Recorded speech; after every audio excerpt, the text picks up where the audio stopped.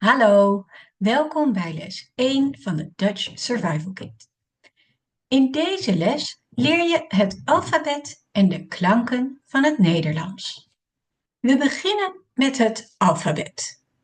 Dat klinkt in het Nederlands zo: A, B, C, D, E, F, G, H, I, J, K, L, M, N, O, P, Q, R, S, T, U, V, W, X, Y, Z. De I noemen we vaak Y of Griekse I. Het Nederlands heeft 16 verschillende vocalen. Die kun je in 3 groepen indelen. Groep 1 zijn de korte vocalen: A, E, I, O, U.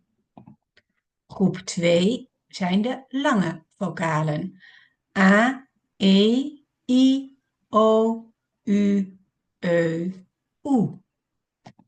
Groep 3 zijn de diftongen: au, ei, ui.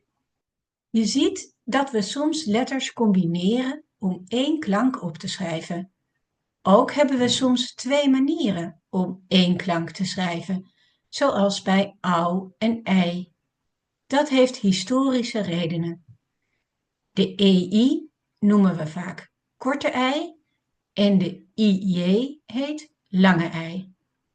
Als laatste klank hebben we nog de schwa, de U. De andere klanken zijn consonanten. Een paar bijzonderheden.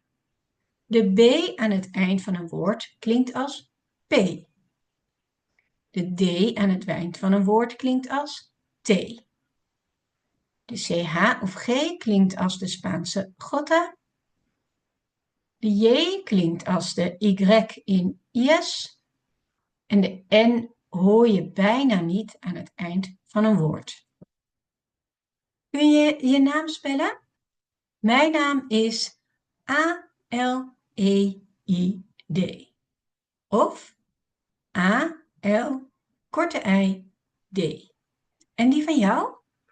Kort iets over de spelling van het Nederlands. Een korte vocaal schrijf je altijd met 1 letter. Man, bos, vis. Een lange vocaal schrijf je met 1 of 2 letters.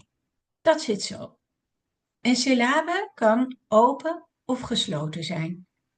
Een open syllabe eindigt op een vocaal en een gesloten syllabe eindigt op een consonant. In een open syllabe schrijf je een lange vocaal met 1 letter en in een gesloten syllabe met 2 letters. Dus ma-nen. Ma is een open syllabe, dus je schrijft 1 A. Maan is een gesloten syllabe, dus je schrijft 2 A's. De klank is hetzelfde. Maan, manen. Boom, bomen. Als na een vocaal 2 medeklinkers staan, breek je de vocaal kort uit. Ma-nen. Dat was les 1. Je kan nu oefeningen maken op de website of naar de video van les 2 kijken. Doei!